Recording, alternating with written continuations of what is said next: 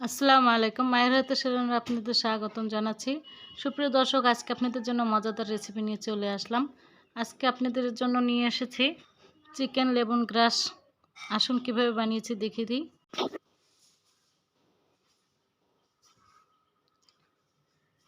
এখানে আমি একটি মুরগি নিয়েছি, আস্ত মুরগি। মুরগিটির আমি বুক বরাবর কেটে নিয়েছি।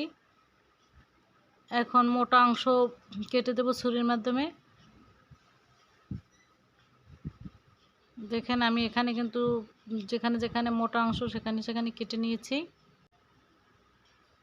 এখন এখানে লেবুর রস দিয়ে দিচ্ছি। একটি লেবুর অর্ধেক আমি দিয়ে দিচ্ছি,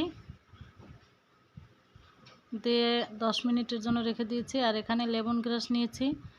এখানে লেমন গ্রাস 4টি গাছ আমি এখানে নিয়েছি, নিয়ে কুচি কুচি করে কেটে নিচ্ছি। কুচি করে কেটে নেওয়ার পর আমি এখানে আরও 2-3টি থেতলে দিচ্ছি সেন্টের জন্য।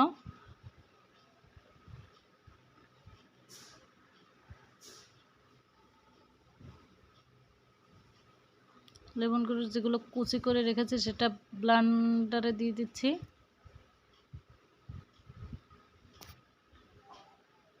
রসুন কুচি দিয়ে দিচ্ছি 2 চামচ। পেঁয়াজ দিয়ে দিচ্ছি 2 টেবিল চামচ।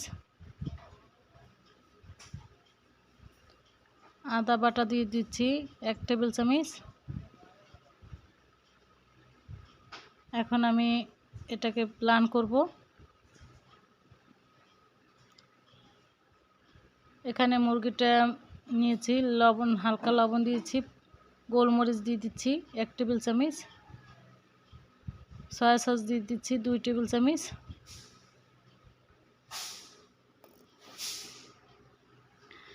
যে ব্লেন্ডারে মশলাটা করে রেখেছিলাম সেটাই দিয়ে দিচ্ছি। এখন সমস্ত মুরগিটার গায়ে সমস্ত মশলাটা আমি মেখে দেব।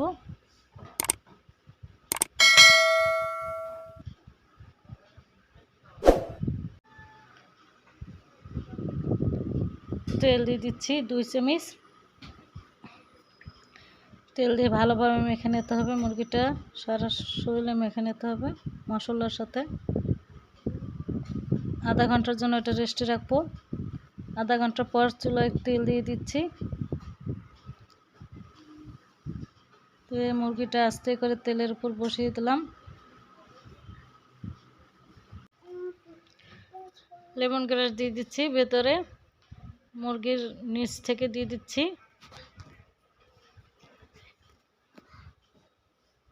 লেমন গ্রাসটার জন্য মুরগিটা কিন্তু টেস্টি আর অন্য ধরনের একটা স্বাদ আসে, আর এত সুন্দর একটা ফ্লেভার আসে যে বলার মতো না। ঢাকনা দিয়ে রেখেছিলাম, এখন ঢাকনা তুলে দেখি কি অবস্থা ভেতরে।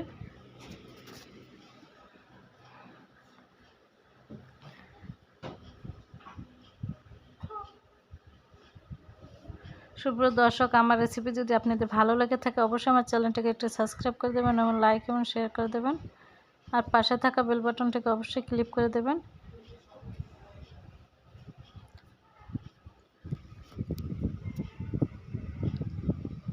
উল্টে নিচ্ছি।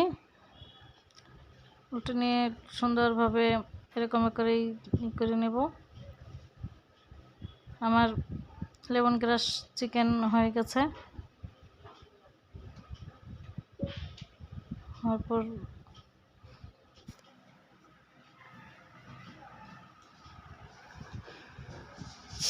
চিকেন লেমন গ্রাস আপনারা অবশ্যই বাসায় বানিয়ে খেয়ে দেখবেন যে কেমন হয়েছে, আর সসের সাথে খেয়ে দেখুন কেমন টেস্টি।